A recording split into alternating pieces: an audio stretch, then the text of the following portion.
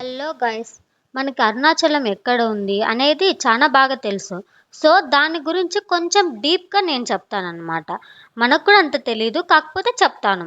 First of all, మనకి లింగాలు అనేవి దర్శనం అవుతాయి. 14 కిలోమీటర్లు మనం నడవాలి అరుణాచలం చుట్టూ. ఆ లింగాలు ఏంటి అంటే ఇంద్రలింగం, అగ్నిలింగం, యమలింగం, నైరుతి లింగం, వరుణలింగం, వాయులింగం, కుబేరాలింగం, ఈశాన్యలింగం, లాస్ట్ శివయ్యది వస్తుంది. సో అలా అంతా దర్శనం చేసుకొని మనము లాస్ట్కి శివుని దగ్గరికి వస్తామన్నమాట. దాని తర్వాత మనకి మోక్షలింగం అనేది ఉంటుంది. మోక్షలింగాన్ని దర్శనం చేసుకుంటే చాలా మంచిదనేసి పెద్దవాళ్ళు చెప్తారు.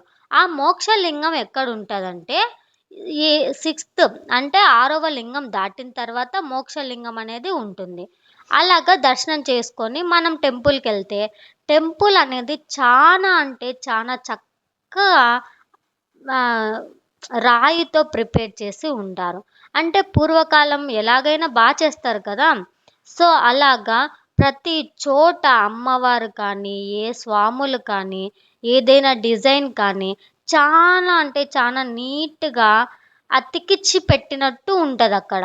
అస్సలు ఏది కూడా తీసిపోయినట్టు అసలు ఏమీ ఉండదు. అది ఎప్పుడుదో టెంపుల్ అయినా కూడా చాలా చాలా అంటే నీట్గా ఉంటుంది అనమాట.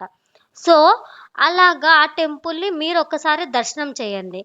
అలాగే అరుణాచలం ఎలా ఏర్పడిందంటే అరుణాచలం అనేది పరమశివుడికి అత్యంత పవిత్రమైన క్షేత్రాలలో ఒకటి.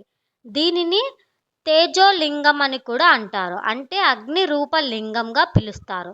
ఒకసారి బ్రహ్మ విష్ణువుల మధ్య ఎవరు గొప్పవారు అంటే ఎవరు గొప్ప, నువ్వు గొప్ప నేను గొప్ప అనే వివాదం వచ్చినప్పుడు శివుడు అగ్ని స్తంభం రూపంలో ప్రత్యక్షమయ్యాడు. ఆ జ్యోతి ప్రారంభం అంతం కనుగొనమని శివుడు వారిని పరీక్షించాడు. ఇద్దరికి ఆ జ్యోతి చివరలు కనిపించలేదు.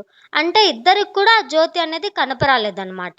అప్పుడు శివుడి మహిమను వారు అంగీకరించాడు. అంటే శివుడే గొప్ప అనేసి అతను అభిప్రాయించాడు. ఆ అగ్ని స్తంభమే తరువాత అరుణాచల పర్వతంగా మారింది. పురాణాలలో చెప్పబడింది. అందుకే అరుణాచలం శివుని స్వరూపంగా భావిస్తారు. ఈ క్షేత్రంలో చేసే గిరి ప్రదక్షిణ చాలా పవిత్రమైనదిగా నమ్ముతారు పెద్దలు. సో ఎవరైనా అరుణాచలం వెళ్ళినప్పుడు మీరు తప్పకుండా గిరి ప్రదక్షిణ అనేది చేయండి. గిరి ప్రదక్షిణ చేస్తే చాలా అంటే చాలా మంచిది. అలాగే మీకు ఒక డౌట్ రావచ్చు, ఏంటిదంటే మోక్ష మార్గం అన్నారు కదా, మోక్ష మార్గంలో వస్తే కన్నా మన తప్పులన్నీ పోతాయా అనేసి. కానీ అలా కాదనమాట. అది పెద్దలు నమ్ముతారు. సో అందుకే మనం మోక్ష మార్గంలో వస్తాము. అలాగే ఎవరైనా ఈ టెంపుల్ని దర్శించింటే కామెంట్ చేయండి. ఈ టెంపుల్ ఎక్కడ నిర్మించబడిందంటే తమిళనాడులో తిరువన్నమలై అనే ప్లేస్లో నిర్మించబడినది. ఎవరికైనా ఇంట్రెస్ట్ ఉండి విజిట్ చేయాలనుకుంటే ఒకసారి విజిట్ చేయండి. ఎలా ఉందో టెంపుల్ కామెంట్ చేయండి.